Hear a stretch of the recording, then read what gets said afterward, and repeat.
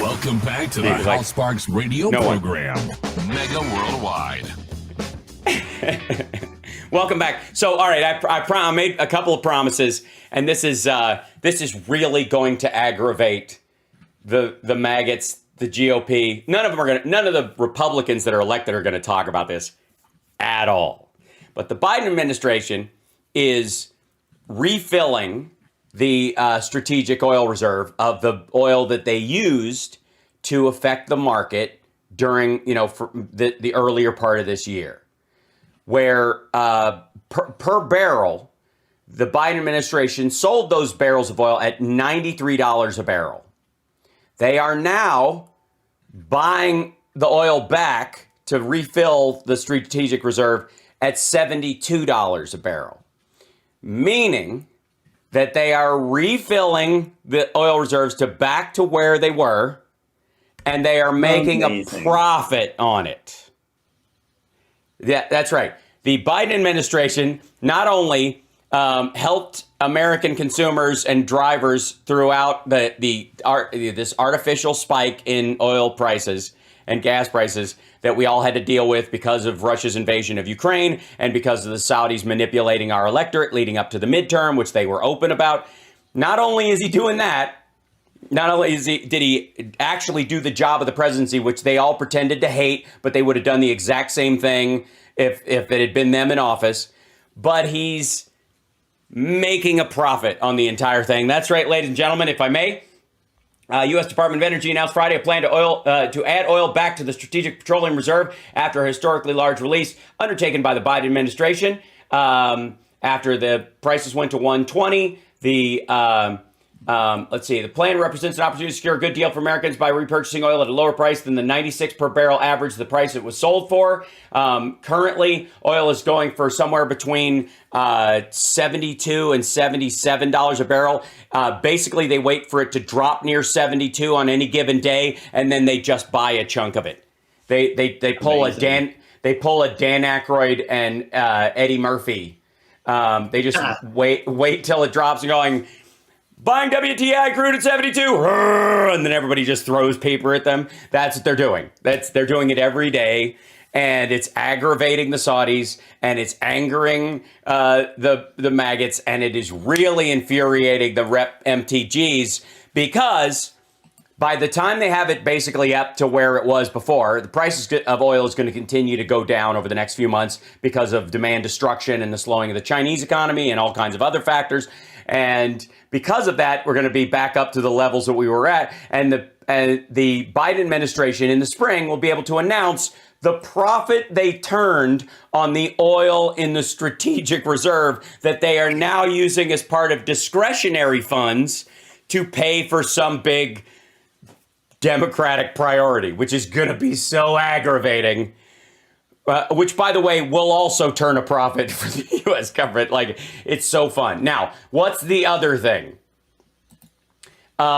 This is the other story that's since the passing of the CHIPS Act and the limitations that the Biden administration has put on not just the sale of high quality computer chips to China, the kind you use for AI and targeting systems and satellites and all that kind of stuff.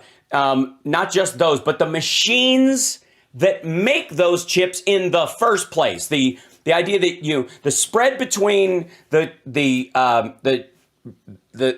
coded, I don't even know how to describe it, but the distance between transistors on a circuit board of this quality is measured in nanometers, and the difference between 14 nanometers, which is insane, and 8 nanometers is exponential in terms of its computing power and its heat reduction and its lowering of energy use.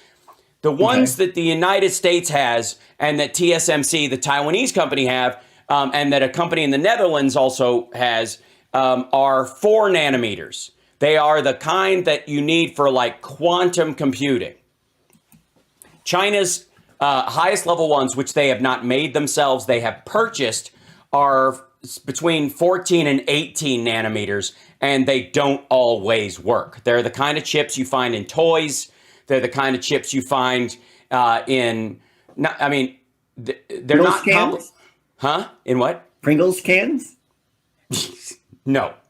No. Those are stacked. No, those are all stacked in a very I odd really form. thought I was tracking this conversation. And cover it in cheddary goodness. No, that is not the same. They're the kind of thing you find in like a crap wind up dog, or one of that like robot that waddles a little bit, or how about this? You know those Santa dolls that drop trow while singing a song and shake their butt?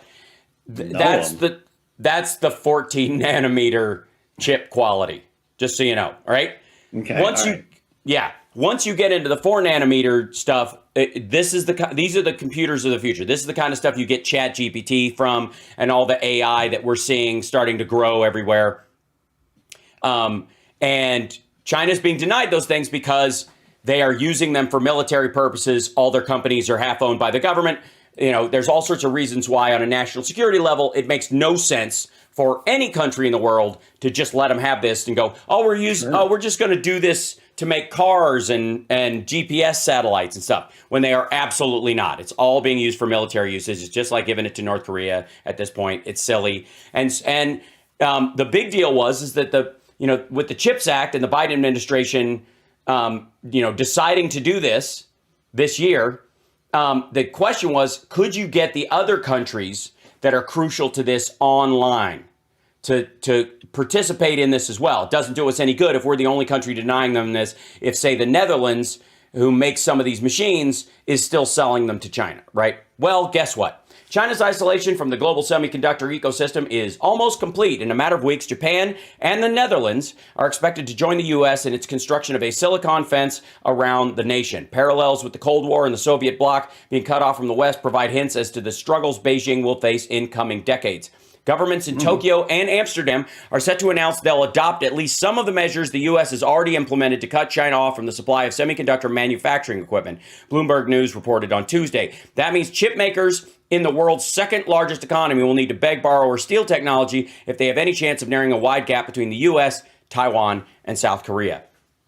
You can kind of guess, considering how Xi Jinping treats the innovators in China's society, how they're going to end up getting this stuff. They're going to steal it. The problem is you can't steal support. You can't steal the ability to write the software, for example, on it. It over and over again, like every update includes, more and more complications in this kind of technology. And once you're 2 years behind, in that 2 years, it's easy to get 10 years behind. And that's the issue. So these two things, and by the way, for the record, anybody, Rudy Giuliani included, who can explain to me how Hunter Biden sold access to Joe and they walked out of there with $1 billion, and China has total control over Joe Biden. How is that at all possible, considering the extraordinary and historic steps the Biden administration is taking to curtail the Chinese military's use of modern American technology for their own purposes, and to slow the approach of China overtaking the U.S. economy through illicit means in the next decade, which they are not going to do. That's done now. Just count on it. Ray Dalio even is turning around, like a lot of these, China, like money doves are lunatics. There is no there. Everyone knows it. It's just an absurdity. Until Xi Jinping and the CCP release the Chinese people to do what they can do amongst themselves and are free to do what they can do themselves, there is a glass ceiling that has been put over top of the Chinese economy and the Chinese society by their own government that will stop all value and growth emerging from that country. They have effectively decided to catch a bird, put it in a cage, and wrap it in plastic so it can't fly out, with no, awareness that it will kill the bird.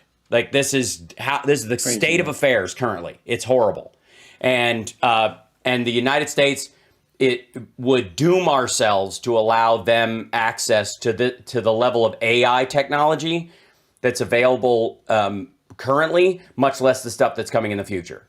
with that kind of attitude towards the rest of the world.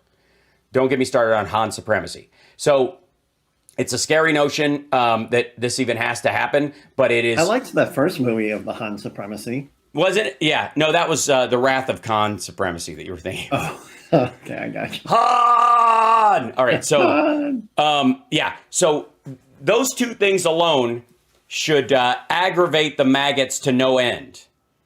And I guess they can always fall back on Biden got a prosecutor in Ukraine fired, that everyone in Europe, everyone in the U.S. Congress, and everyone in the sitting administration at the time, meaning the Obama administration, wanted fired.